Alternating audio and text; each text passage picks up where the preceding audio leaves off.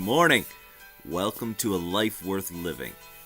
I'm Frederick Groth, and I believe that God has a plan for everyone. And I have a message of hope and truth to shine purpose and meaning into your life so that you can live a life worth living.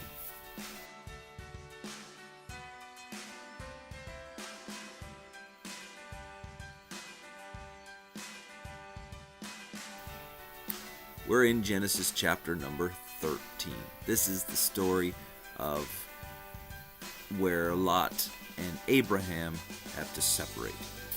The Bible says that their combined wealth was so much the land could not hold or support the two of them together.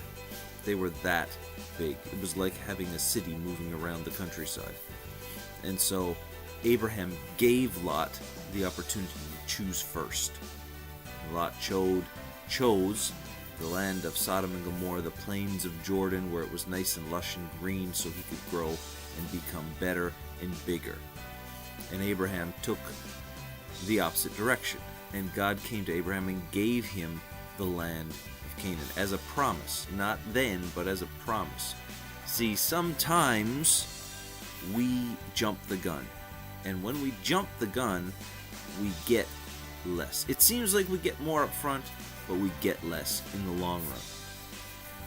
Now, there's a couple points that I really want to make known here in this chapter.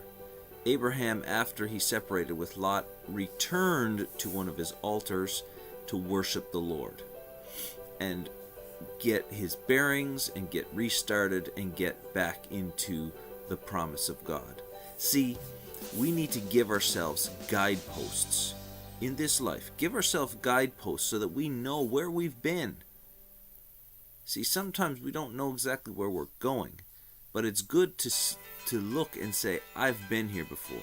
And sometimes that's a good thing. And it's also sometimes a bad thing.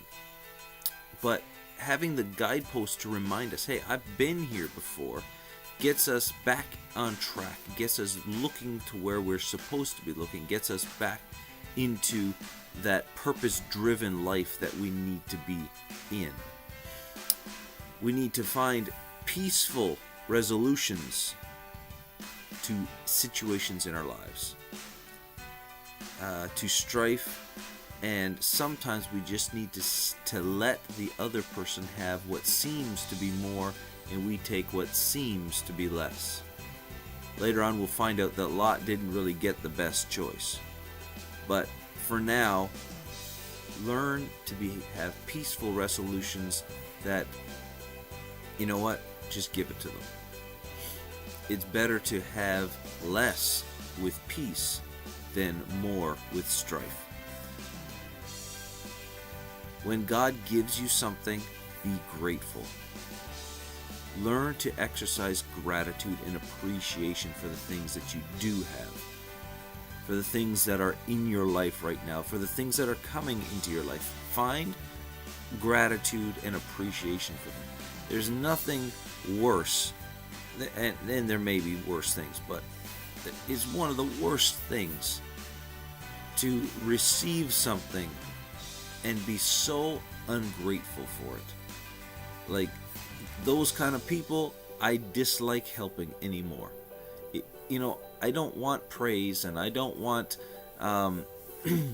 accolades, and I don't always want even money for the things that I help others with. But what I do want is gratitude and appreciation. Not because I need it, but you need to give it in order to really get the benefit of what you're receiving. When we're ungrateful, it really destroys the blessing.